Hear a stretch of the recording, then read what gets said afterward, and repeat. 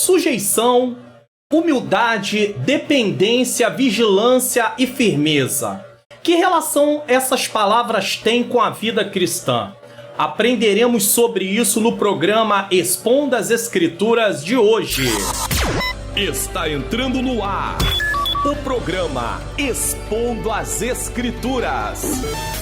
Comigo, Pastor Mário Luna. Um programa para você entender e praticar a palavra de Deus.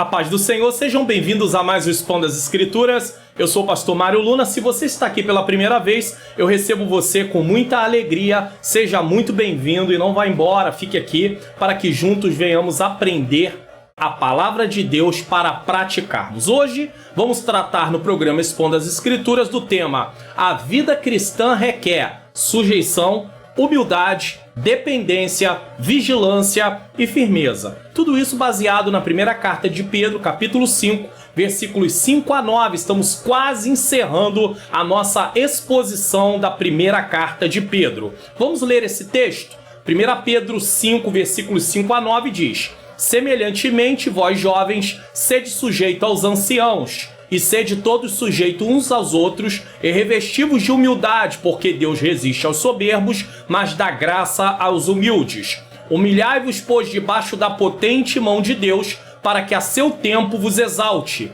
lançando sobre ele toda a vossa ansiedade, porque ele tem cuidado de vós. Sendo sóbrios, vigiai, porque o diabo, vosso adversário, anda em derredor, bramando como leão, buscando a quem possa tragar, a qual resistir firmes na fé, sabendo que as mesmas aflições se cumprem entre os vossos irmãos no mundo. Vamos fazer uma oração? Senhor Deus e Pai, Pai amado e Pai querido, eu graças te dou por mais uma vez estar aqui no programa Expondo as Escrituras. Ilumina minha mente para que eu possa ensinar as verdades de acordo com o que a Tua Palavra está nos ensinando. Também ilumina a mente daqueles, Senhor, que estão assistindo para que eles possam compreender a Tua Palavra e juntos possamos praticá-la em nome de Jesus. Bom, se você estiver interessado no esboço desse Expondo as Escrituras, basta descer na descrição desse vídeo, clicar no link, tá? Vai ter lá, faça download, clique no link, será levado para o meu site, e lá no meu site você vai descer a página onde você for levado, e lá vai ter o botão para você clicar e baixar o esboço desse Expondo as Escrituras. Introdução da mensagem de hoje. A vida cristã requer sujeição, humildade, dependência, vigilância e firmeza. No Expondo as Escrituras de hoje, vamos abordar que nessa parte da carta, Pedro nos traz conselhos gerais importantes para a vida cristã. Iremos aprender que deve haver sujeição dos mais velhos para os mais anciãos, sujeição de uns para com os outros. Devemos nos revestir de humildade, devemos nos humilhar diante de Deus, devemos depender de Deus, devemos vigiar com o adversário e devemos resistir firmes na fé. Então nós vamos abordar sobre esses pontos aqui durante toda a mensagem. Ponto 1. Deveres dos jovens para com os anciãos. 1 Pedro 5, versículo 5, parte A. Os jovens devem ser sujeitos aos anciãos. Semelhantemente, vós jovens, sede sujeitos aos anciãos. Quando Pedro diz semelhantemente, é porque ele estava tratando de submissão em outra parte também, anteriormente na sua carta. Os deveres de submissão continuam nessa parte da carta. Pedro tratou dos deveres dos presbíteros e agora se dirige aos jovens. A palavra traduzida para ancião ou mais velhos, nesse versículo é a mesma palavra traduzida por presbíteros, que é presbuteros. Então a palavra ancião e presbíteros significa a mesma coisa nesse contexto, tá? Isso quer dizer que essa sujeição é aos presbíteros. A palavra traduzida para jovens no grego é neoteros, jovem, os mais moços, nascidos recentemente. Então neoteros pode ser jovens, jovem, os mais moços e os nascidos recentemente. Por isso existem diferentes interpretações a respeito dessa parte do versículo. Uns acreditam que Pedro está falando realmente para os jovens. outros para toda a congregação e outros para os novos convertidos ou os novos crentes. É difícil admitirmos que Pedro esteja falando para novos convertidos, e isso não porque eles não houvessem, havia novos convertidos também ali, mas porque o contexto não aponta para isso. Então não há nenhuma indicação dentro do texto que aponte que Pedro, nessa parte da carta, está falando exclusivamente para novos convertidos. Fica então a possibilidade de Pedro estar falando para jovens ou para toda a congregação. Ou bem ele estava falando para os jovens, ou bem ele estava falando para toda a congregação. Pedro realmente pode estar falando para os jovens, que são aqueles que têm a mentalidade mais independente e às vezes até se rebelam contra os líderes da igreja. É muito comum os jovens terem aquele senso de justiça, aquele ímpeto. Então Pedro poderia realmente estar escrevendo para orientar o jovem. Olha, vocês precisam respeitar os presbíteros da igreja, os líderes da igreja, tá? Independente de qual seja a resposta, jovens ou toda a congregação, tá? Então, o fato é que toda a congregação, seja de crianças, jovens e adultos e até idosos, devem respeitar a autoridade que Deus colocou sobre o pastor da igreja e seus obreiros. Então, a igreja tem o pastor e tem os seus obreiros. Eles precisam ser respeitados. Lembrando que os obreiros, ainda que sejam pastores auxiliares, evangelistas, presbíteros, também devem respeitar aqueles que estão como pastor da igreja. Então, o respeito é tanto da congregação para com o pastor, como do ministério para com o pastor que está ali dirigindo a igreja. Essa sujeição só não deve acontecer se tal líder tentar levar alguém ou a igreja a pecar. Então, se um pastor está diante da igreja, ele tiver alguma atitude para levar o povo a pecar ou algum membro a pecar, esse membro não deve obedecê-lo, não deve ser sujeito a ele, porque nessa hora ele está desobedecendo a palavra de Deus e nós, para obedecermos a palavra de Deus, devemos rejeitar obedecer a ele que quer nos levar a pecar, tá bom? 2. Deveres de uns para com os outros. 1 Pedro capítulo 5, versículo 5, parte B. Devemos nos sujeitar uns aos outros. Sede todos sujeitos uns aos outros. Primeiro ele diz, sede sujeitos aos anciãos. Depois ele diz, sede todos sujeitos uns aos outros. Pedro aqui apela para o respeito mútuo que deve haver entre os membros da igreja, sejam eles obreiros ou não. Então, a igreja precisa se respeitar. Os obreiros respeitando obreiros, os obreiros respeitando os membros respeitando os obreiros respeitando o pastor, os membros respeitando o pastor e o pastor respeitando os obreiros e respeitando os membros da igreja também.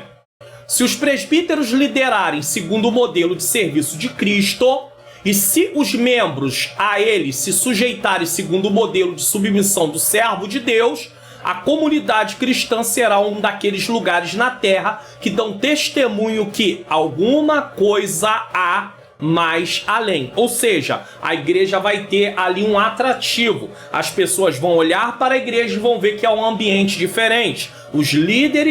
O líder está ali respeitando a igreja está ali respeitando o líder e ali as coisas vão funcionando. Os líderes respeitando no sentido de tratamento também, né? Porque o líder, ele é aquela pessoa que está de frente da igreja para poder conduzir o rebanho. Então, se houver dentro da comunidade essa obediência ao que está escrito aqui, quem está do lado de fora vai observar e vai ver que há alguma coisa diferente. Você está gostando do conteúdo desse Expondo as Escrituras? Então eu quero te pedir para dar um like. Não esquece de dar um like não, tá? Dá um like aí agora. Também se inscreva no canal, ative o sininho das notificações nesse caso. Comente de que lugar do Brasil você está assistindo, o que você está achando desse Expondo as Escrituras e ao mesmo tempo compartilhe na sua rede social. Se você fizer isso, você vai estar colaborando para que outras pessoas também possam ser edificadas para a glória de Deus. 3. Revestivos de humildade. 1 Pedro 5, parte C. 5, parte C. e revestivos de humildade, porque Deus resiste os soberbos, mas dá graça aos humildes. Então, nós temos o versículo dividido em 3 partes. Jovens, sejam sujeitos aos anciãos, aos presbíteros. Aí depois, sede todos sujeitos uns aos outros. E agora, sujeitai-vos agora também revestivos de humildade. Ele sai da parte de ser sujeitos e parte para a parte de humildade. Revestivos de humildade, porque Deus resiste os soberbos, mas dá graça aos humildes. Uma das coisas que é preciso haver no meio da comunidade, para que a comunhão possa ser cultivada, é haver humildade. Se a soberba imperar, não vai haver comunhão. Se a soberba imperar, a igreja não vai viver em unidade. Por quê? Porque a soberba, ela desfaz a unidade. A soberba, ela desfaz a comunhão. Então Pedro diz, revestivos de humildade, porque Deus resiste os soberbos, mas dá graça aos humildes. Pedro prossegue seu ensinamento falando do comportamento geral entre os cristãos. Ele fala de revestivos de humildade. A palavra no grego significa vestir um avental, cingir-se bem firmemente com alguma peça de roupa. Então é como se ele estivesse dizendo assim, vistam-se, como se você pegasse uma roupa e se vestisse. É isso que Pedro está dizendo, se revistam de humildade. É uma figura para a disposição firme com relação a alguma coisa. Então, quando ele fala de revestivos, é você ter uma convicção, né? Uma disposição firme para fazer algo. O que é vestido aqui é a humildade. Disposição mental humilde, simples. É reconhecer nossas deficiências e, diante disso, nossa total dependência de Deus. Antes de Cristo, eu era um pecador, culpado no tribunal de Deus e condenado. Essa era a minha situação. Não tinha jeito. Qualquer coisa que eu quisesse fazer não anularia a minha posição diante do tribunal de Deus. Eu poderia até fazer o bem para as pessoas, mas isso não mudaria a minha posição diante do tribunal de Deus. Traria benefício para pessoas? Traria. Deus, lá do alto céu, ele veria que eu teria feito uma obra que foi agradável nesse sentido? Sim. No sentido de favorecer ao próximo? Sim. Mas isso não mudaria a minha posição diante do tribunal de Deus. Eu continuaria culpado e se eu partisse sem Cristo, eu estaria indo para o inferno. Uma vez que eu aceito Jesus, eu me uno a ele na sua morte e me unindo à sua morte, Jesus pagou o preço, a dívida por causa do pecado da humanidade. Esse pagamento só tem valor na vida daqueles que aceitam a Jesus. Aqueles que não aceitam a Jesus, não há valor o pagamento na vida dessas pessoas. Então eu me uno a Cristo. Uma vez que eu me uno a Cristo, eu sou agora um pecador arrependido e passo a ser filho de Deus. Uma vez que eu sou filho de Deus, eu reconheço que eu preciso ser dependente de Deus. Por quê? Porque o pecado no ser humano faz ele querer ser independente de Deus.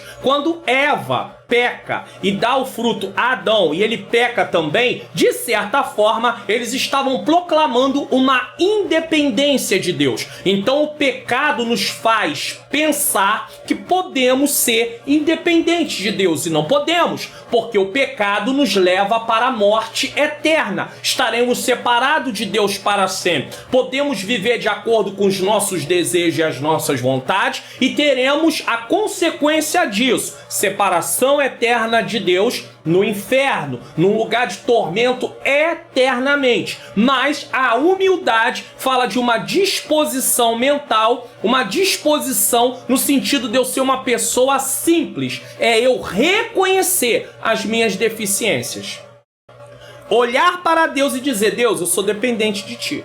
Tudo que tenho e tudo que sou é por meio de Ti. Porque para pensar, se hoje eu sou filho de Deus e tenho direito à vida eterna, é porque Jesus morreu na cruz do Calvário. E quem deu seu filho para morrer na cruz do Calvário? O próprio Deus. O Pai entregou seu filho para morrer, para pagar a nossa dívida. Então eu não tenho mérito, eu apenas estou usufruindo de algo que o próprio Deus tem feito em favor da minha vida. Então eu preciso ser dependente dele em tudo. Cristo é o nosso modelo de humildade. Inclusive a Bíblia diz que ele, sendo Deus, não teve por usurpação ser igual a Deus. No momento que ele vem a essa terra, que há encarnação, ele vive debaixo da obediência da vontade do Pai. Pedro diz que devemos ter humildade e explica o motivo. Deus resiste os soberbos. Isso quer dizer que Deus se opõe a pessoas soberbas e dessa forma elas não têm acesso a Ele. Resistir é opor-se, é estar contra. Então uma pessoa soberba tem Deus como seu próprio adversário, no sentido de Deus se opor a essa pessoa. Ele não tem nenhum relacionamento com pessoas soberbas, ele não tem nenhuma comunhão com pessoas soberbas, ele não quer nenhum tipo de relacionamento com pessoas soberbas, porque a soberba impede você se relacionar com Deus, porque Deus resiste os soberbos. Por outro lado, os humildes têm o seu favor. Por isso tem acesso à comunhão com Deus. Precisamos lembrar que a soberba remete a alguém que se acha independente, e isso se remete ao próprio diabo em sua insensatez de pensar que poderia ser semelhante ao Altíssimo. Então o diabo, ele foi pretensioso, achando que poderia ser semelhante ao Altíssimo. Então toda vez que uma pessoa se comporta com soberba, ela está, querendo ou não, fazendo Deus se lembrar do que o diabo fez. A mesma proposta ele fez à mulher, o diabo, para seduzi-la a comer e dar do fruto proibido ao seu marido. Então, ele também propôs que eles viessem a ser igual a Deus, conhecedor do bem e do mal, mas ele omitiu o que aconteceria por causa disso, porque ele sabia bem o que aconteceu com ele, porque ele queria ser semelhante ao Altíssimo, mas não foi. Então ele foi lançado abaixo, ele saiu da esfera de estar em contato com o Senhor, servindo ao Senhor ali como um anjo, e agora é um anjo decaído. Não tem mais nenhuma chance para ele, estar condenado juntamente com todos aqueles que se rebelaram e seguiram ele, Então nós temos que entender que quando Adão e Eva pecam contra Deus, eles estão seguindo o mesmo caminho do diabo. Eles estão indo na mesma direção que o inimigo. Lembra que Jesus diz em João que o diabo é homicida, mentiroso e homicida, porque através do diabo entrou o quê? Na raça humana? A morte, separação espiritual, houve a morte espiritual, a morte física e a morte eterna, separação eterna de Deus. Então o diabo causou a morte na vida do ser humano, e a morte não era para poder estar na vida do ser humano, mas quando ele desobedeceu a Deus, a morte era a sentença daquilo que a desobediência causaria. Então o ser humano passou a estar debaixo, condenado à morte, e a morte em 3 esferas: espiritual, parou de ter relacionamento com Deus por sua própria conta. Ele podia antes se relacionar com Deus, com uma iniciativa dele. Agora ele não pode mais. Ele está morto espiritualmente. Morte física, que viria depois, e também a morte eterna, que é a separação eterna de Deus. Ao desobedecerem a Deus, eles estavam reivindicando independência. Isso significa viver uma vida segundo as suas regras. Porém, o que eles conseguiram foi separação da comunhão com Deus. Morte espiritual. Morte física e morte eterna, que fala da separação eterna de Deus em tormento. Você entende agora por que Deus resiste o soberbo? Se Satanás quis ser semelhante a Deus, e o ser humano, quando ele desobedece a Deus, ele está ali tentando uma independência, toda vez que alguém se comporta com soberba, faz lembrar de Satanás. E o caminho de Satanás é a condenação eterna. Ele está condenado juntamente com todos os demônios. E o ser humano que segue esse mesmo caminho, segue para a condenação. Mas em Cristo Jesus há solução. Podemos pedir perdão dos nossos pecados, abandonar a soberba através da ação do Espírito de Deus e ser humilde, reconhecendo que dependemos de Deus.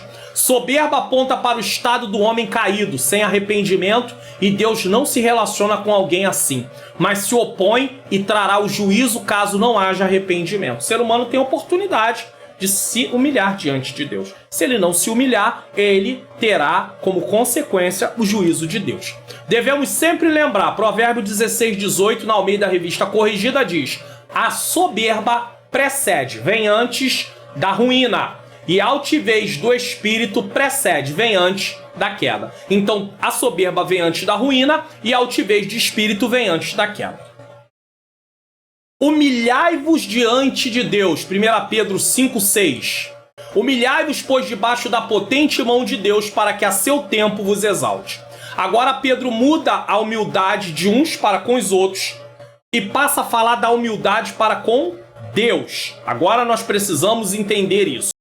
Diante de todo aquele contexto de perseguição e até conflitos entre os irmãos, seus leitores, os leitores de Pedro, deveriam se humilhar, reconhecer suas deficiências e dependerem de Deus. O interessante é que aqui Pedro está falando de uma auto-humilhação do cristão para com Deus. O texto não diz nada sobre aquele jargão famoso que você já ouviu, que os humilhados serão exaltados. E esse jargão é usado para provocar revanchismo entre os irmãos. E o que é o revanchismo? É jogar um contra o outro. Não existe na Bíblia a palavra os humilhados serão exaltados. Isso é um jargão. Muito pelo contrário, a Bíblia fala sobre nos humilharmos, não garantindo que aquele que é humilhado será exaltado. Não, e sim aquele que se humilha. É você se humilhando, não alguém te humilhando. Entenda isso aqui, ó. A figura de alguém humilhado nos remete para alguma situação que o cristão tem que passar por obediência a Deus, mas que em determinado momento que esse cristão não sabe, Deus o restaurará à sua devida posição. Eu não sei você, mas eu já passei por situações de ser humilhado por pessoa e não houve uma retratação. Essa pessoa nunca veio pedir perdão, nunca reconheceu que estava errada. Tem gente até que já partiu, e eu não vou vir aqui dizer para você, não, eu sei que ele perdeu a salvação, porque ele pode ter tido suas oportunidades de se... mas ele não se consertou com o Senhor. Mas entenda uma coisa, a salvação não é pelo que eu faço, é pelo que Jesus fez. As obras são consequência de uma vida salva. Se o coração dele estava em paz, se ele conseguiu ter um coração em paz, liberando perdão, quem sou eu para dizer que ele foi condenado? Eu não vou dizer isso. Mas por que eu estou usando essa ilustração? Porque se você for esperar todas as pessoas que de alguma forma te prejudicaram reconhecer que estavam erradas, te pedir perdão, você vai ter sérios problemas. Porque isso não vai acontecer. Eu posso usar a minha vida como testemunha. Não vai acontecer. Então você precisa seguir em paz, ficar em paz. Não, Deus tem que me honrar. Não, eu não aceito, porque eu sou filho de Deus. Fez comigo, vai... Isso é vingança. Isso é vingança. Pessoas que alimentam isso estão com seu coração cheios de sentimentos que querem produzir vingança. E aí falta o amor, falta o domínio próprio, falta fruto do Espírito. Então pare de querer que Deus vingue você. Deus só vai trazer juízo sobre alguém quando esse alguém ele fazer coisas que vão contra o próprio Deus. Mas nós não somos a menina dos olhos de Deus? É uma forma, né, de se falar. Mas nós não somos filhos de Deus? Mas nós não somos o povo adquirido, a nação santa, o sacerdócio real? Sim. Mas Jesus, como filho de Deus, foi humilhado. Aonde está escrito na Bíblia que os fariseus e os escribas, por exemplo, que estavam sempre lá combatendo Jesus, falando contra Jesus, aonde está escrito que eles foram lá depois reconhecer que realmente Jesus estava certo? Não reconheceram. Não aceitaram. Não houve retratação.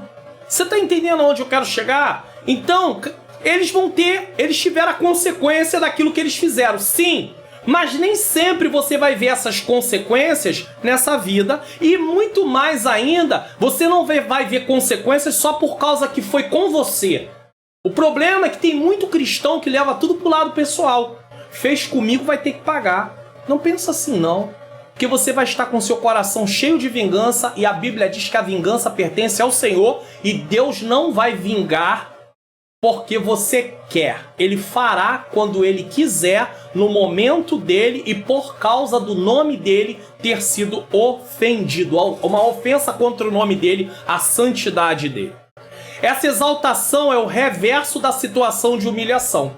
Então Deus, ao seu tempo, restaura a pessoa a uma devida posição. Deus, quando intervir, reverterá a situação presente. A sua intervenção dá-se em tempo oportuno, no tempo de Deus, na hora em no tempo de Deus, na hora em que ele, na sua infinita sabedoria, achar que deve intervir. É na hora de Deus. Lembra de Daniel? Foi acusado injustamente, foi lançado na cova dos leões, continuou se humilhando. E aí Deus foi lá e ele não se humilha. Deus vai lá e o exalta. Então, humilhai-vos perante a potente mão de Deus e ele a seu tempo vos exaltará. E ele é tirado daquele lugar. Misael, Azarias e Ananias na fornalha de fogo ardente, isso os coloca na dependência dele e dos planos que ele tem para com a história e para com eles. A mesma coisa acontece conosco. Quando nós nos humilhamos, Deus, no seu tempo, na sua hora, no seu momento, do seu jeito, poderá nos colocar novamente numa posição. É claro que podemos aqui aguardar a exaltação final que será esta eternamente, está eternamente com Cristo. Então, essa exaltação também pode estar ligada, pode não estar ligada à nossa vida eterna. Tem casos que você não vai ver exaltação. Ela vai se reverter lá, ela vai se converter lá na sua vida eterna com Deus, estando para sempre com o Senhor. Passou por várias humilhações, por várias afrontas, por várias calúnias, mas naquele grande dia você estará lá para sempre com o Senhor. Valeu a pena? Valeu. Ah, mas eu não vi cobranças serem realizadas. Mas aí você estaria com seu coração cheio de vingança. Então você não está aqui para poder querer que Deus saia por aí vingando você de tudo e de todos. Você está aqui apenas para servir ao Senhor e deixar Deus trabalhar. Afinal, a sua e a minha vida é do Senhor e Ele faz com a nossa vida o que Ele quiser. Você está gostando do conteúdo desse vídeo? Já deu like? Então, por favor, dá o like aí para que o YouTube possa recomendar esse vídeo para outras pessoas. Já se inscreveu no canal? Já ativou o sininho das notificações? Já deixou o seu comentário do que você está achando e também de que lugar você está assistindo? E também você pode compartilhar, você pode ser um colaborador para que outras vidas possam ser edificadas em nome de Jesus. Clube de membros do canal do Pastor Mário Luna. Tenha vários benefícios e baixe tudo em um único lugar. PDFs dos resumos e slides da EBD, slides em PowerPoint da EBD e PDFs do Expondo as Escrituras. Clique no link na descrição do vídeo e assine. E temos uma novidade, a pedido, formas de pagamento Pix, boleto e cartão. Essa é a área de membros onde você vai baixar tudo num único lugar. Seja membro e ganhe todos esses benefícios. Programa Expondo as Escrituras. Apresentação: Pastor Mário Luna. Todo o material aqui no canal é disponibilizado em PDF gratuitamente. Só que a cada vídeo você tem que ir na descrição, clicar no link Faça Download, ir para o meu site, descer a página, clicar no botão para fazer o download. Quando você é membro, nesse caso, clicando no link aqui no Seja Membro, vai estar escrito, ó, Seja Membro. Aí tem um link, você clica, você vai estar fazendo uma assinatura, você vai estar semeando na minha vida, né, no meu ministério de ensino, e você vai ter como benefício poder baixar tudo num único lugar. Então você não precisa a cada vídeo clicar, não, você vai lá dentro daquela plataforma e lá você vai podendo baixar tudo que estiver lá de acordo com o que for publicado aqui. Pastor, eu não posso ser membro, eu não tenho esse recurso, então ore por mim. Eu preciso muito das suas orações, independente de qualquer coisa, tá bom? 5. Dependência de Deus. 1 Pedro 5,7.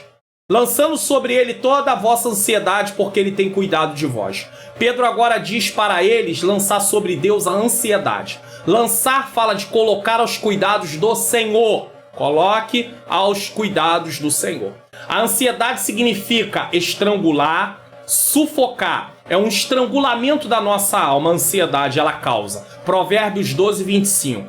ela produz aflição, inquietação, é um estado de angústia que induz o ser humano a projetar no futuro perigos irreais, nascidos, via de regra, das interrogações do dia a dia.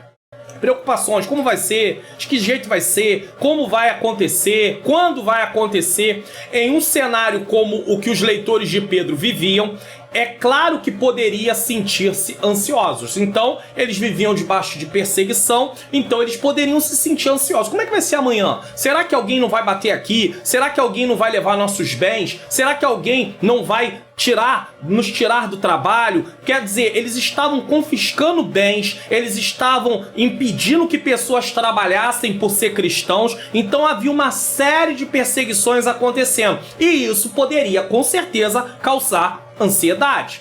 Devemos considerar aqui a ansiedade causada por dois aspectos diferentes.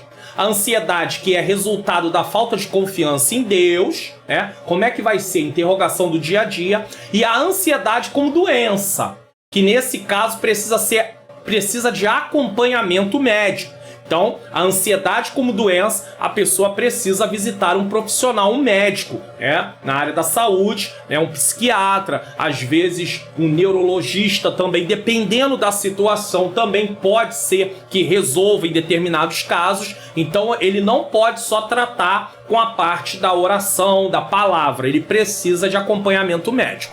A ansiedade tem se tornado, em nossos dias, o mal do século. Gostaria de aproveitar esse momento para descrever alguns sintomas causados pela ansiedade. Vamos lá, alguns sintomas. Pensamentos acelerados, que é o SPA, Síndrome dos Pensamentos Acelerados. A mente não para de trabalhar e fica repetindo os mesmos pensamentos, trazendo um esgotamento.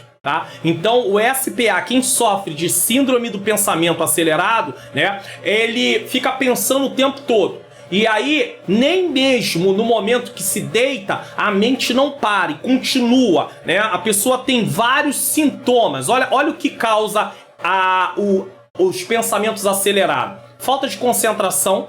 É difícil ter a atenção de pessoas assim. Elas não conseguem parar, olhar para alguém, ficarem ali prestando atenção, porque a mente dela é um turbilhão de coisas ao mesmo tempo. Irritação. Querem tudo para ontem e sua paciência é muito pequena. O estresse pode causar irritação também. O estresse também pode causar irritação. Mas a ansiedade, a síndrome do pensamento acelerado, ela vai trazer uma irritação de uma forma ali contínua. E a pessoa que convive com alguém que está com isso vai começar a perceber, Insônia. À noite sua mente continua a trabalhar de forma que o sono desaparece. Ela não tem sono. Dificuldade de tomar decisões acertadas. Por quê? Por não conseguir se concentrar direito, a pessoa passa a ser impulsiva e com isso toma decisões erradas. Então ela vai tomando decisões conforme dá na cabeça. Ela não pensa, ela não pondera, ela não analisa, ela toma decisões baseadas na emoção, ela toma decisões baseadas na lógica apenas, ou então ela toma decisões baseadas na vontade que sentiu. Não, ela precisa passar por tudo. Ela precisa passar pela mente, que é a lógica, ela precisa passar pelas emoções e depois pela vontade. Ela não pode tomar uma decisão isolada, sem estar ligado mente, emoções e vontade. Horror desmedido à rotina. Ela se cansa das coisas com muita facilidade. A pessoa se torna inquieta demais. Converse com alguém assim, preste atenção que mãos, pés e outras partes do corpo estão se mexendo continuamente. Esses sintomas são muito comuns em quem tem SPA, Síndrome do Pensamento Acelerado. Outra coisa que também pode causar ansiedade, dor no peito, sensação do peito ter um peso. Ela se sente sufocada e muitas vezes tem a impressão que está com falta de ar, Tem a impressão que está tendo um infarto, porque associa essa dor ao coração, É tomada pelo medo e isso só piora a situação naquele momento. Ela pensa que vai morrer, ela pode ter taquicardia, ela pode sentir várias coisas, realmente pode até sentir falta de ar mesmo, 3. Emoções desprotegidas. Como as pessoas com altos graus de ansiedade não conseguem filtrar os estímulos estressantes, e sua mente parece um filme de terror, ela pode desenvolver paralelamente distúrbios psiquiátricos, como depressão, síndrome do pânico e doenças psicossomáticas que o médico faz exames e não encontra a causa, porque tem a ver com as emoções. Aqui temos um quadro de ansiedade como doença, entendeu? Um quadro de ansiedade como doença. Então, quando se tem um quadro de ansiedade como doença, ela precisa ir no médico. Porque o médico provavelmente passará também algum tipo de medicamento. Você vê que ela, como ela está com altos graus de ansiedade, ela não consegue filtrar os estímulos estressantes. E é justamente aí que a medicação vai trabalhar. Ela vai ajudar a proteger um pouco para que a pessoa consiga ir se refazendo aos poucos. Não é o medicamento que vai trazer cura para a pessoa. O medicamento em si não traz a cura para a pessoa, mas sim, conforme o tempo vai passando e a medicação está sendo administrada, ela tem tempo para colocar as emoções em ordem, aos poucos, até ela não necessitar mais da medicação. E é claro, quem vai suspender a medicação não é ela, é o médico, tá? Eu posso falar um pouquinho sobre o assunto, porque a minha esposa já teve ansiedade e depressão também. E eu já tive princípio de depressão, mas não fui tratado com medicação na época. E não aconselho.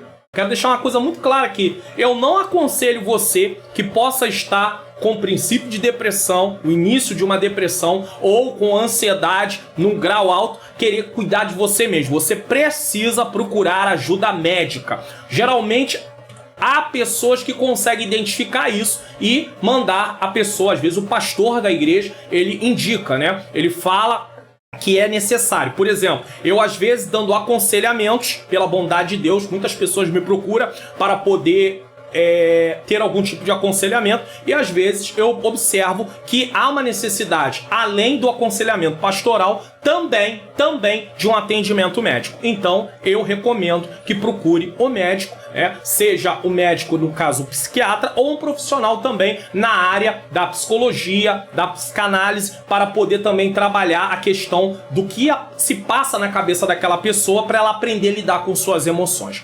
Sempre recomendo que psicólogo, psicanalista sejam cristãos, porque eles têm uma abordagem ali, não sendo antiéticos dentro da profissão, mas eles têm uma abordagem levando em consideração a esfera cristã, que é muito importante. Entender o que a ansiedade pode nos causar nos ajuda a compreender o ensino de Pedro sobre lançar sobre Deus tudo aquilo que nos causa ansiedade. Esse lançar é pegar algo que está pesado. Deixa eu aumentar aqui para você, ó. Tá ali. Estou usando aqui a minha Bíblia apenas como um exemplo. E dá na mão de Deus. Tá aí, Senhor. Eu não consigo. O Senhor precisa me ajudar para que eu possa lidar com isso. É mais ou menos isso, tá? A figura aqui, ó, não é lançar parte e achar que podemos resolver o resto e sim lançar tudo.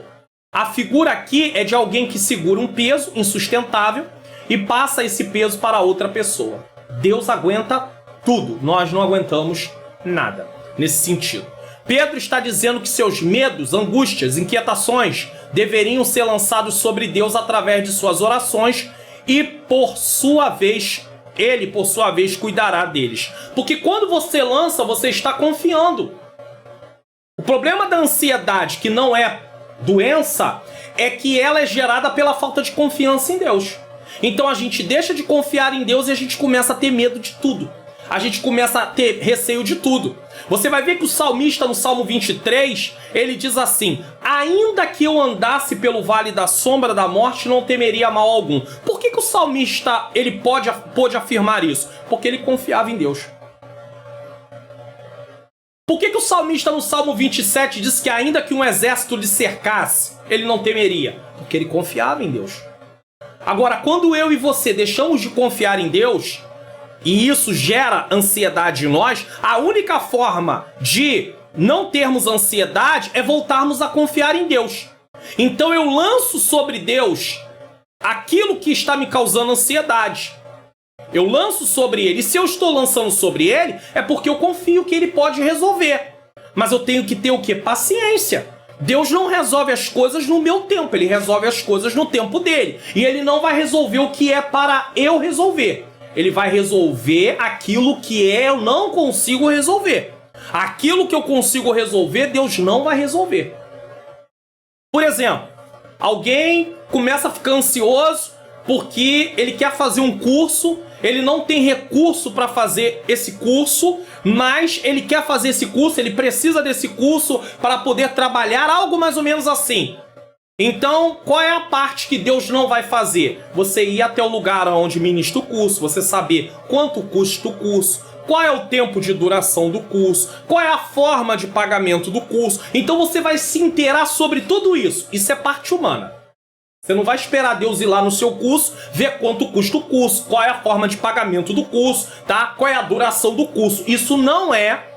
Qual é os requisitos para fazer o curso. Isso Deus não vai fazer. Já pegou tudo isso? Tem todas essas informações? Voltou para casa. Qual é a parte agora que você não pode fazer? Você não tem dinheiro. Não tem de onde tirar. O que você vai fazer? Vai apresentar a Deus. Senhor, o curso custa tanto, o tempo de duração é tanto. Eu tenho os requisitos que é exigido para eu fazer o curso. Porque também não adianta você orar por uma coisa que precisa de requisitos e que você não tem. Então primeiro você vai ter que preencher os requisitos para depois se inscrever no curso. Ou será que você não entende que tem que seguir aquilo que lá está? Isso é importante dizer aqui.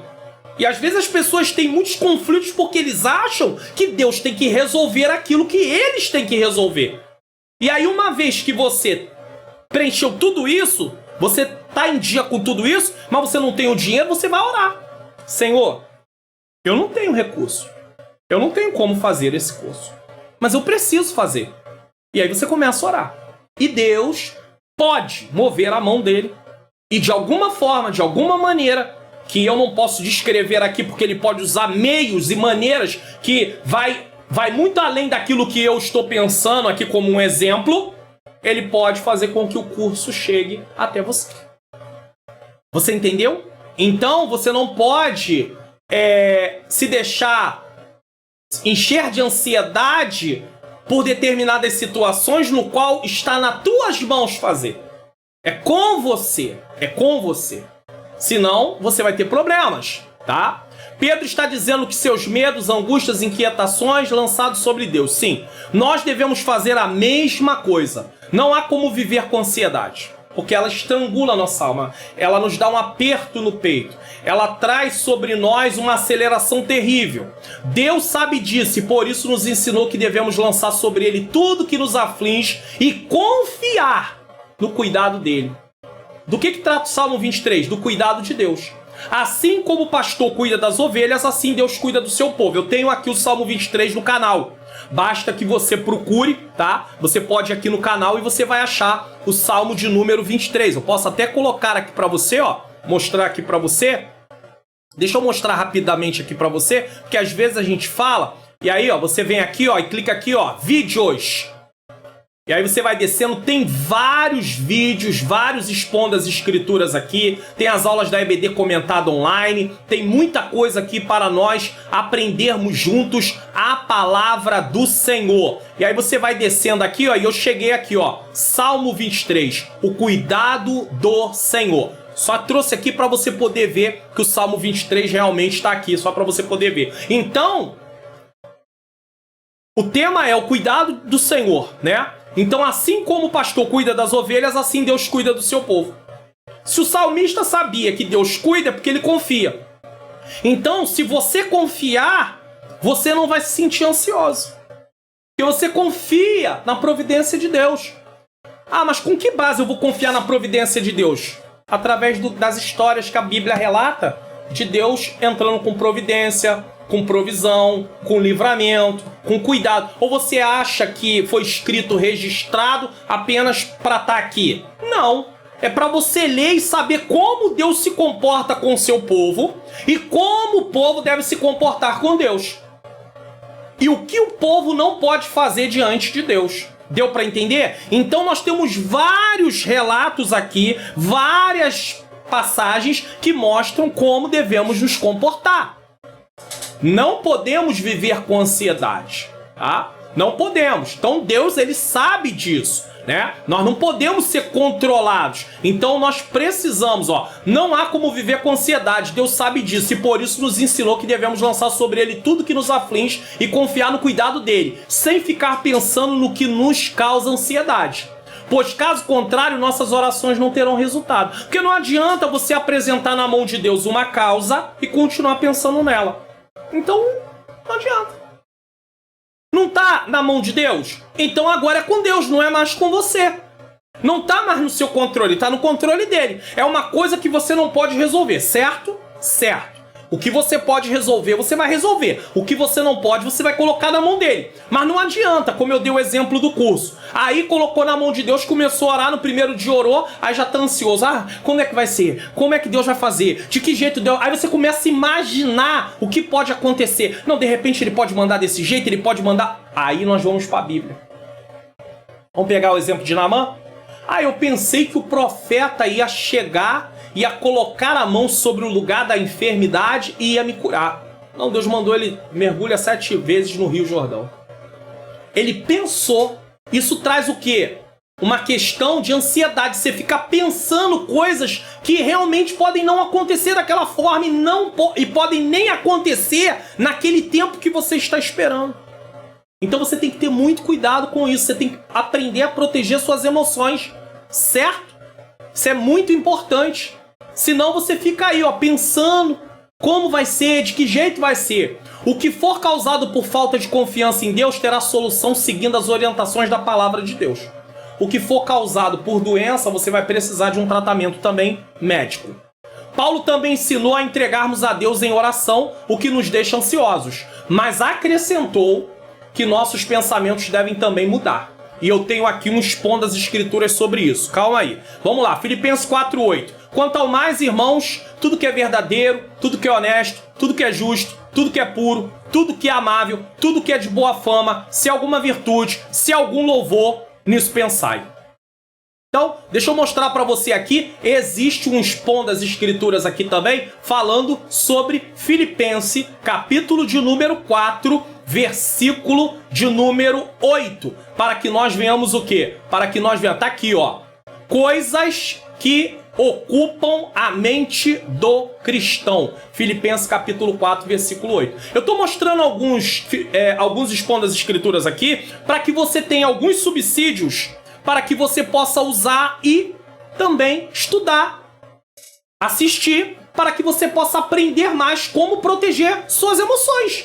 Porque se você é uma pessoa que ora, mas vive pensando nos problemas, dá na mesma, não vai resolver problema nenhum. Porque na verdade você pensa que entregou para Deus, mas você não entregou, porque quem entrega vai descansar. Entrega o teu caminho ao Senhor, confia nele e o mais ele fará. Você precisa entregar para você poder descansar. Então é importante isso. Ao comparar essa lista com a descrição que Davi fez da palavra de Deus no Salmo 19, versículo 7 a 9, vemos um paralelo. O cristão que enche o coração e a mente com a palavra de Deus tem um radar embutido.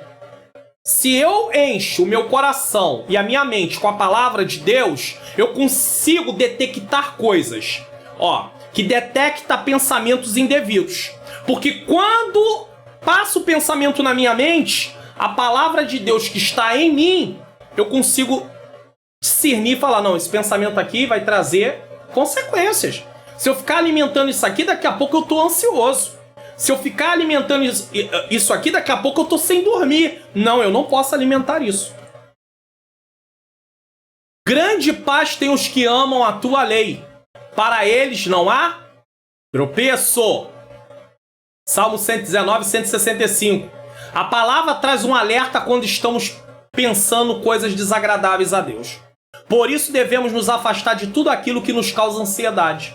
Às vezes, presta atenção nisso aqui, pessoas que estão sofrendo de ansiedade têm que ter cuidado até mesmo com o que vem, com o que assistem. Presta atenção nisso aqui, Às vezes pode ser uma programação de TV. Eu me lembro que a minha esposa, durante o período de tratamento, ela às vezes, algum tipo de programação ela não podia ver, porque aquilo agitava ela. Então não pode ver. Pessoas que estão com problema de ansiedade, que estão com as suas emoções abaladas, elas devem ver, às vezes, programações que têm a ver, que alegrem ela. Entendeu? Coisas mais a nível de algum tipo de comédia, alguma coisa assim, entendeu? Quando eu tô falando de televisão, claro que ele vai estudar a palavra, ele vai orar, ele vai caminhar na obra de Deus, mas eu tô falando, se ele parar pra assistir alguma programação, alguma coisa que possa fazer ele rir um pouco, desfocar, é disso que eu estou dizendo aqui, que isso é importante, tá? Por isso devemos nos afastar de tudo aquilo que nos causa ansiedade. Às vezes pode ser uma programação de TV, como um noticiário sensacionalista. Tem muito noticiário sensacionalista. Traz a notícia de uma forma e fala, daqui a pouco nós vamos ver esse caso que aconteceu em tal lugar e não sei o quê. Ou então aquele noticiário também, que além de ser sensacionalista, ele ainda traz informações de coisas, né, que aconteceram, alguém que foi lá e matou de forma cruel. Então aquilo causa o quê? Nas pessoas indignação. Se você tá com as suas emoções abaladas, aquilo ali é uma oportunidade para você ficar pior ainda. Então não assista esse tipo de programação, tá bom? Não assista. Se você conhece alguém que tá sofrendo desse tipo de coisa, coloca essa mensagem, manda essa mensagem para ela poder também entender isso. Ela tem que se proteger. Não adianta alguém orar, Senhor, me cura da ansiedade, me livra da ansiedade. Tá lá vendo programação de TV que não deve. Não adianta nada. Nós temos que fazer a nossa parte. Uma novela, às vezes, cenas de novela que pode levar a pessoa a ficar mais ansiosa. Um filme que deixa a sensação de não ter tido um fim, então ela fica angustiada porque as emoções dela estão muito abaladas. Uma pessoa que está com as suas emoções normais, ela consegue ver tudo isso, lidar com tudo isso. Mas quem está com as suas emoções abaladas, emocionalmente ela não está bem, ela não deve ver determinado tipo de programação. Um jogo de futebol pode deixar a pessoa extremamente agitada. Às vezes pode ser o que você lê nas redes sociais, ou recebe por mensagem em seu e-mail ou no WhatsApp. Tudo isso pode causar mais ainda ansiedade. Quem está depressivo, com depressão, e quem está com ansiedade tem que ter muito cuidado com o que vê e com o que assiste, com o que lê, com o que recebe. Os pensamentos corretos nascem da meditação diária da palavra de Deus. Se passarmos tudo o que ouvimos, lemos e assistimos pelo filtro desse versículo de Filipenses 4:8, a ansiedade irá se dissipar. Claro, ansiedade por falta de confiança em Deus. Agora, ansiedade como doença, aí precisa de um tratamento. É sempre bom ter alguém que possa diagnosticar que tipo de ansiedade a pessoa apresenta. Se é causada por falta de confiança em Deus ou se é uma doença. Geralmente os pastores, de alguma forma, se eles fizeram pelo menos psicologia pastoral, né, que é uma disciplina que pode ser feita, não tem nada a ver com uma parte acadêmica, psicologia pastoral está dentro da área de estudos cristãos. Se ele é um pastor e ele fez psicologia pastoral, ele pode detectar, peraí, isso aqui não é só caso de oração e de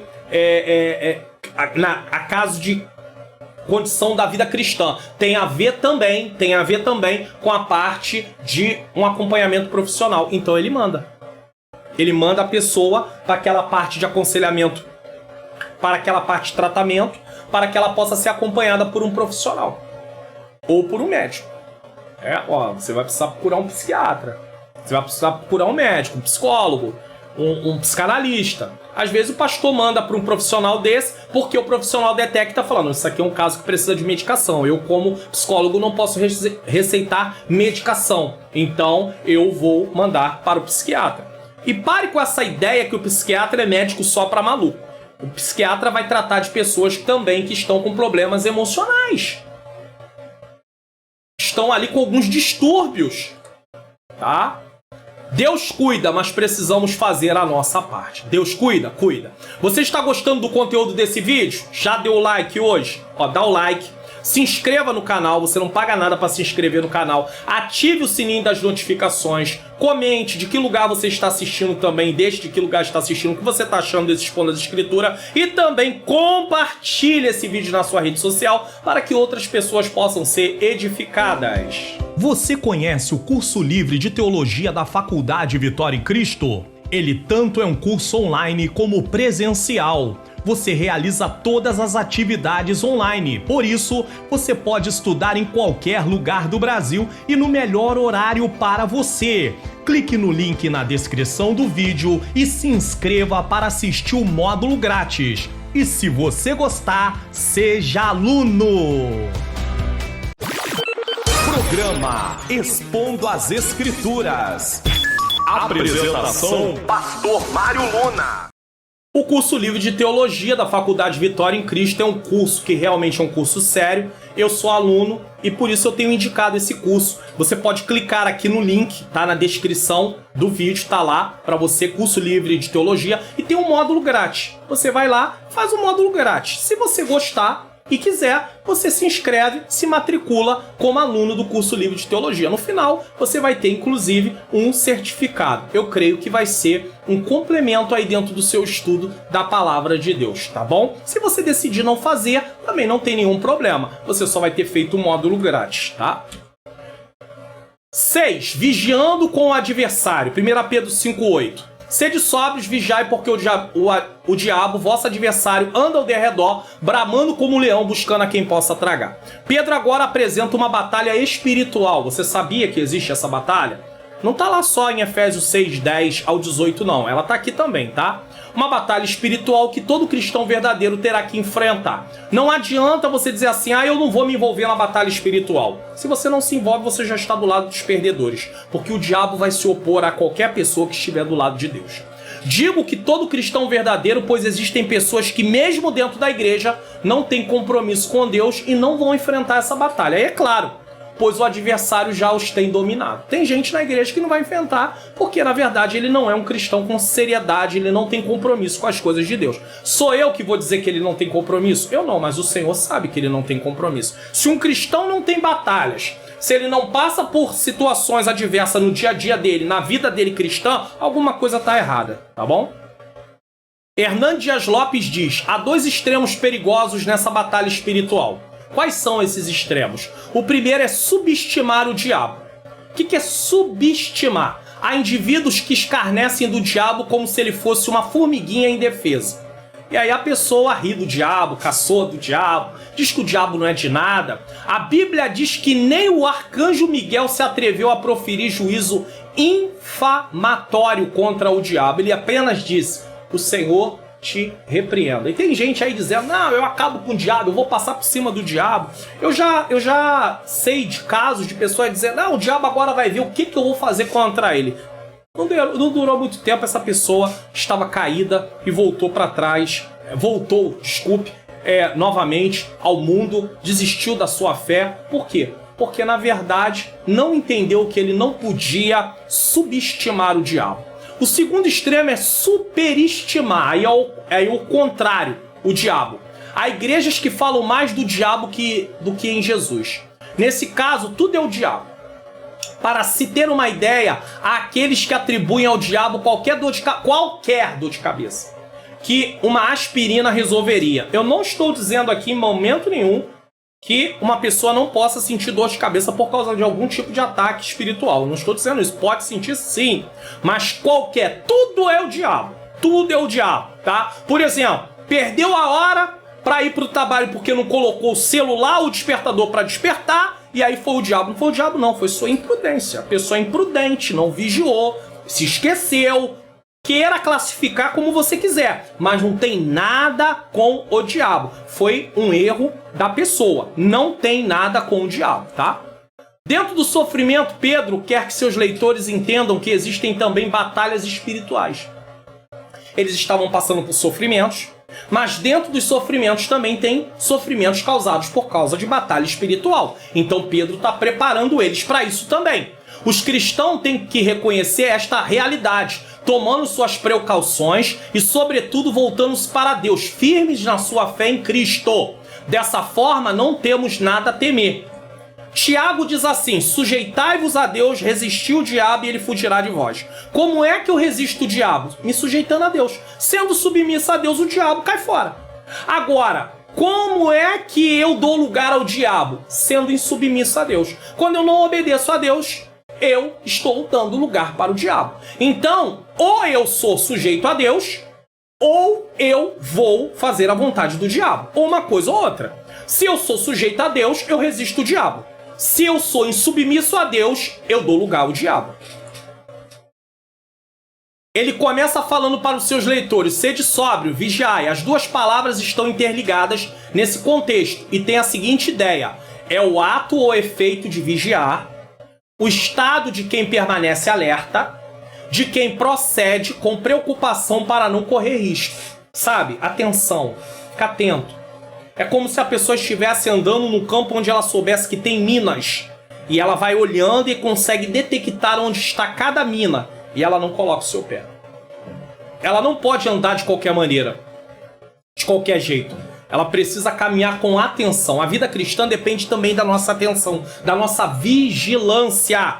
O diabo ele vai investir contra nós. E se nós começarmos a prestar atenção nas suas investidas, nós vamos ter mais ou menos uma ideia do que ele pode estar querendo tramar contra nós. Porque você já conhece algumas coisas que aconteceram no passado, seja na sua vida ou na vida de alguém, que você... Opa, o caminho aqui parece esse mesmo, então eu tenho que ficar alerta. Eu tenho que ficar atento, certo? Esse estado do cristão tanto está ligado à prontidão para a volta do Senhor Jesus, como Pedro já havia explicado aqui em sua carta, como está relacionado com a batalha que enfrentamos com as forças malignas. Então o cristão tem que ficar alerta para a volta de Jesus, não pode perder sua fé, precisa viver de acordo com a palavra, mas também tem que ficar atento com as batalhas que o inimigo se levanta contra nós.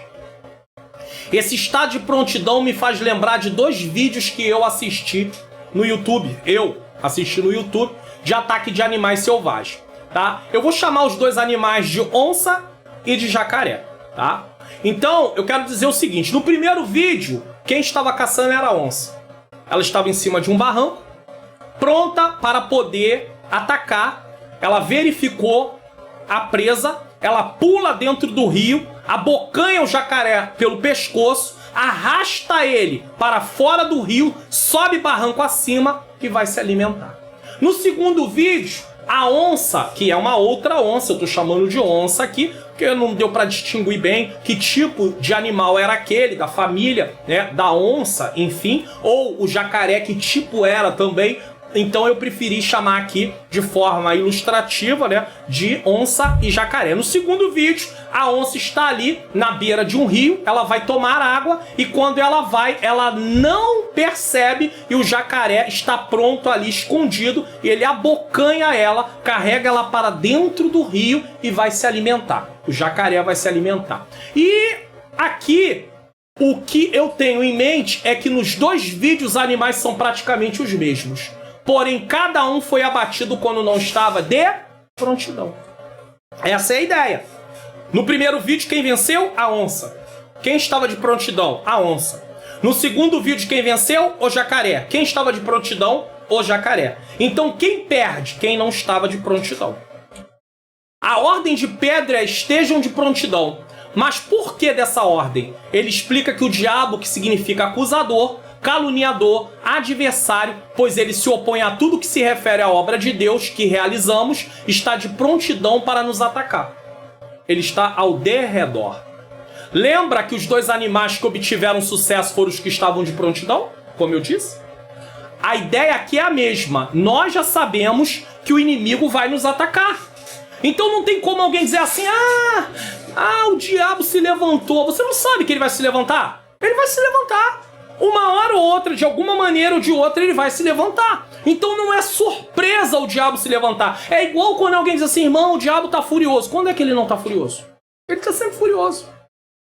Nem sempre ele está promovendo um ataque direto, mas ele tá sempre furioso. Então nós não temos que ficar surpresos com isso. E tem muito crente surpreso com isso. O texto já diz que ele está ao derredor, buscando a quem possa tragar. Ele usará o mundo para nos seduzir dentro das nossas fraquezas humanas. O diabo sempre vai usar alguma coisa que está ligada a alguma fraqueza que cada ser humano tem. Então, se o ser humano ele tem como fraqueza a questão da ira, mesmo que ele esteja em Cristo, a natureza pecaminosa continua ali. Ela está dominada, mas se ele der lugar, a ira vai ele vai se apresentar irado. Então o diabo vai tentar fazer o meio de fazer ele o quê? Se irar. Porque ele se irando, ele perde o controle. E aí ele faz mais coisas ainda que não poderia fazer. Então o que ele tem que fazer? Vigiar. Se começa uma conversa e ele está percebendo que aquilo pode levar ele a se irar, o que ele tem que fazer? Se retirar. Educadamente, pedir licença e sair. Então precisamos estar preparados para esse ataque. Pedro diz que ele está ao derredor. Isso fala de espreitar. O diabo está espreitando. No livro de Jó, ele diz que rodeia e passeia pela terra. Jó 1:7-2:2. Alguém usa esse texto para dizer assim, a quem passeia o diabo. Mas o rodear e passear não é um passeio de diversão. Então você não pode comparar a questão de um passeio de diversão, nesse caso, com o diabo. Porque não tem nada a ver uma coisa com a outra. É uma interpretação totalmente equivocada de quem faz, dizendo a quem passeia o diabo. O cristão passeia também, no sentido de se divertir, de espairecer. Qual é o problema? Qual é o pecado? No que isso ofende a santidade de Deus? Biblicamente falando, me prova. O que ofende a santidade de Deus alguém ir passear?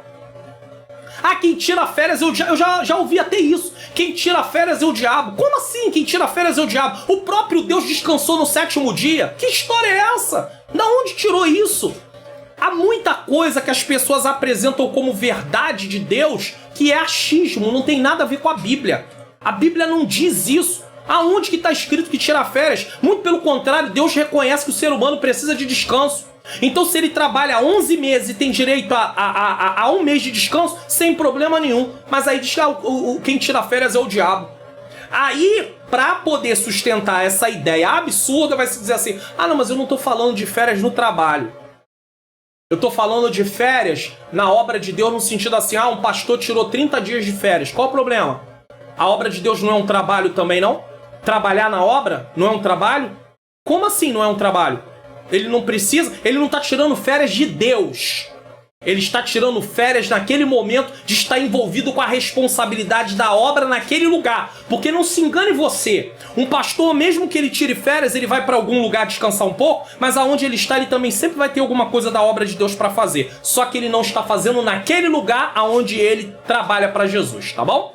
Pedro diz que ele brama como leão. Aqui encontramos a figura de um animal selvagem que tem ataques precisos e pode querer nos assustar, nos intimidar, e até mesmo esse rugido pode estar ligado a acusações que ele usa pessoas para nos atingir. Então tudo isso tem a ver com esse rugindo, né? Bramando como leão. O leão tem por hábito também rugir para dispersar animais em bando e assim atacar a presa sozinho e vencê-la com muita facilidade. Então o leão, ele ruge, aí aquele bando se dispersa, mas sempre fica lá uma desapercebida. E aí ele ataca, porque atacar no meio de muitas é mais difícil. Por isso, não se disperse da comunhão com seus irmãos em Cristo na igreja que você congrega, pois eles te ajudarão com conselhos e orações. Uma das primeiras coisas que o inimigo tenta fazer com alguém que ele quer atacar é tirar ele do convívio da igreja. Alguma coisa acontece, alguém fala alguma coisa que você não gosta, não vou caminhar mais não, agora vou ficar em casa.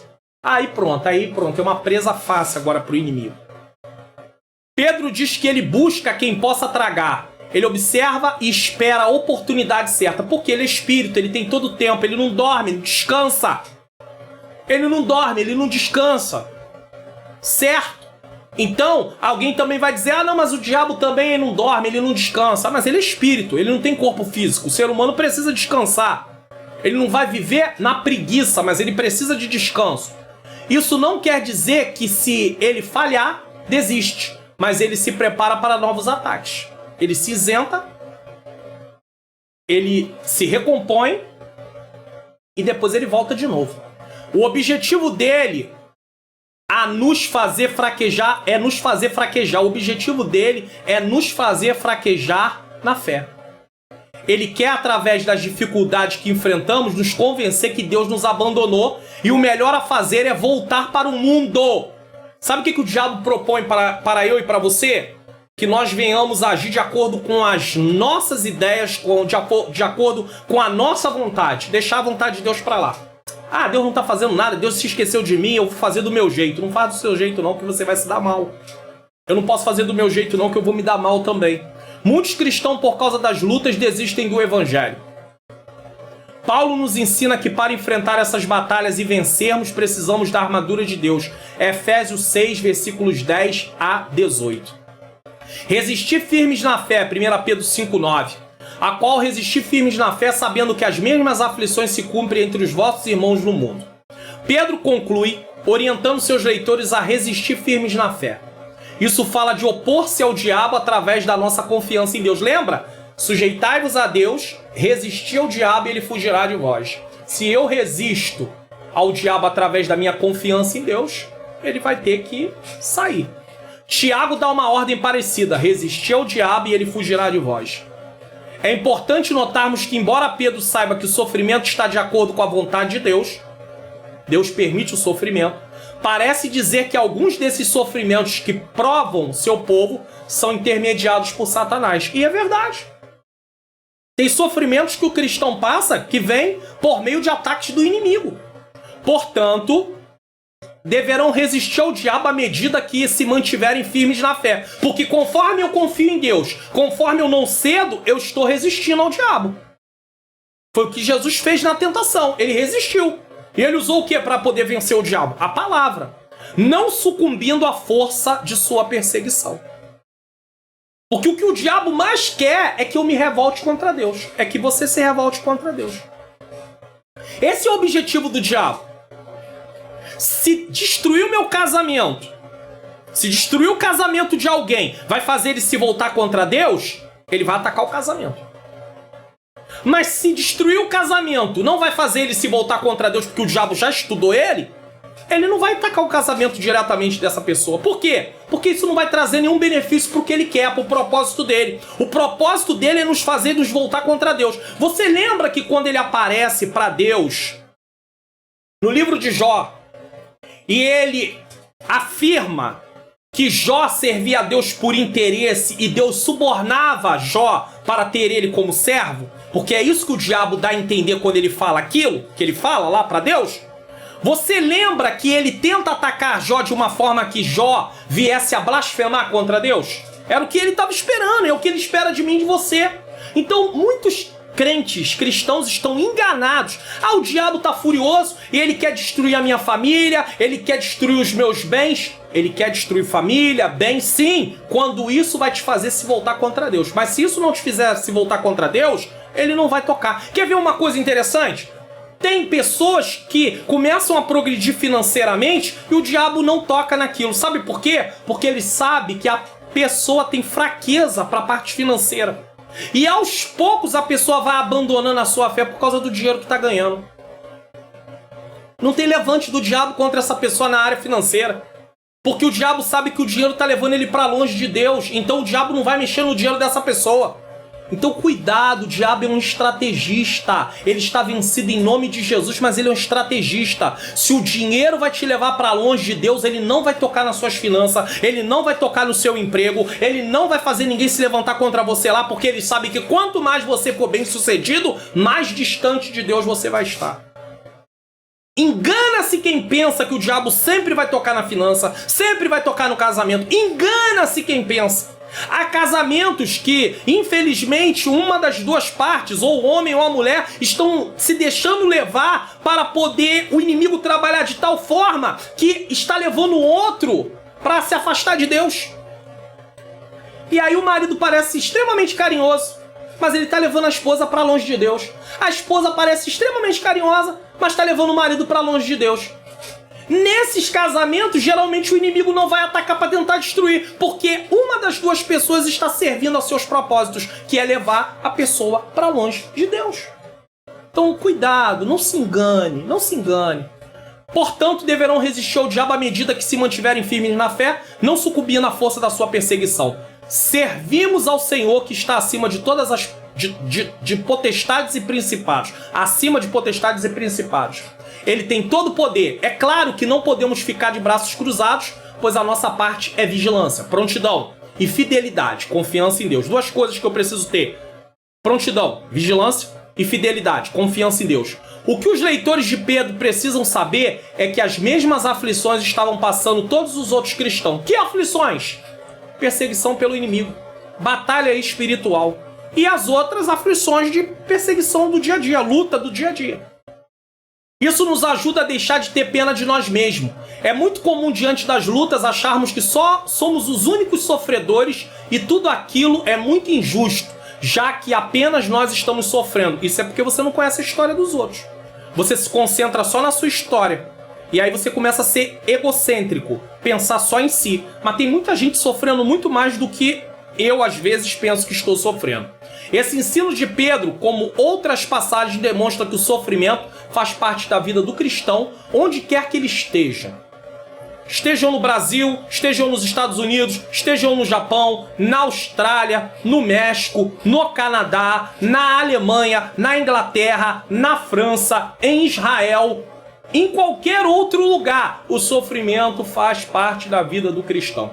Por isso não adianta mudar de bairro, de igreja, de país por causa do sofrimento cristão. Você quer deixar de sofrer? Pensa que sair da igreja que você congrega vai resolver? Pensa que sair do bairro onde você mora vai resolver? Pensa que sair do país aonde você mora vai resolver? Você não quer passar por nenhum sofrimento mais cristão? Você está enganado. Onde você estiver, lá haverá sofrimento, a não ser que você não seja luz nem sal. Você, como cristão, participa dos sofrimentos de Cristo. E a prova de você realmente que vai receber vida eterna é participar do sofrimento de Cristo. A prova que você realmente tem comunhão com Deus é participar dos sofrimentos de Cristo. E caso esse sofrimento em específico esteja ligado ao seu amadurecimento e crescimento espiritual para Deus realizar uma obra através de você, ainda que você mude de igreja, onde você chegar, terá que enfrentar novos sofrimentos. Porque Deus usa o sofrimento para nos amadurecer também. Posso te dar uma notícia importante? É uma pergunta. Enquanto estivermos aqui nessa terra, passaremos por aflições, tribulações, angústias, tristezas, dores e etc. Porém, nada disso pode abalar nossa fé, pois em Cristo somos mais do que vencedores. Não leu ainda? Leia Romanos 8, 31 a 39. Você gostou do conteúdo desse vídeo de hoje? Então, deixa o like, se inscreva no canal, ative o sininho das notificações, comente o vídeo que você achou dessa mensagem, diga de que lugar do Brasil você está assistindo ou fora do Brasil e também compartilhe na sua rede social. Você conhece o curso livre de teologia da Faculdade Vitória em Cristo? Ele tanto é um curso online como presencial. Você realiza todas as atividades online, por isso você pode estudar em qualquer lugar do Brasil e no melhor horário para você. Clique no link na descrição do vídeo e se inscreva para assistir o módulo grátis. E se você gostar, seja aluno! Programa Expondo as Escrituras. Apresentação: Pastor Mário Luna. É isso aí, você pode ser aluno do curso livre de teologia. Eu sempre estou deixando essa recomendação para você. E também lembrando a você que você pode ser membro do canal, tá? Clicando aqui no Seja Membro. E aí você vai poder baixar tudo de um único lugar, sem precisar cada vídeo tá ali clicando. Então clique aí no Seja Membro e conheça todos os benefícios que você tem direito. Conclusão. Aprendemos nessa mensagem que deve haver sujeição dos mais jovens para os mais anciãos, sujeição uns para com os outros, devemos nos revestir de humildade, devemos nos humilhar diante de Deus, devemos depender de Deus, devemos vigiar com o adversário e devemos resistir firmes na fé. Eu e você temos procurado colocar em prática o que ensina esse texto? Faça uma reflexão, pense. Analise. Você tem colocado em prática? Eu tenho colocado em prática? Se colocarmos em prática, experimentaremos uma vida alinhada com a vontade de Deus. Então, vamos pedir a Deus que nos ajude a praticar? Porque a intenção do Expondo as Escrituras é ler o texto, explicar o texto, aplicar as verdades do texto para que venhamos compreender e possamos praticar a palavra de Deus.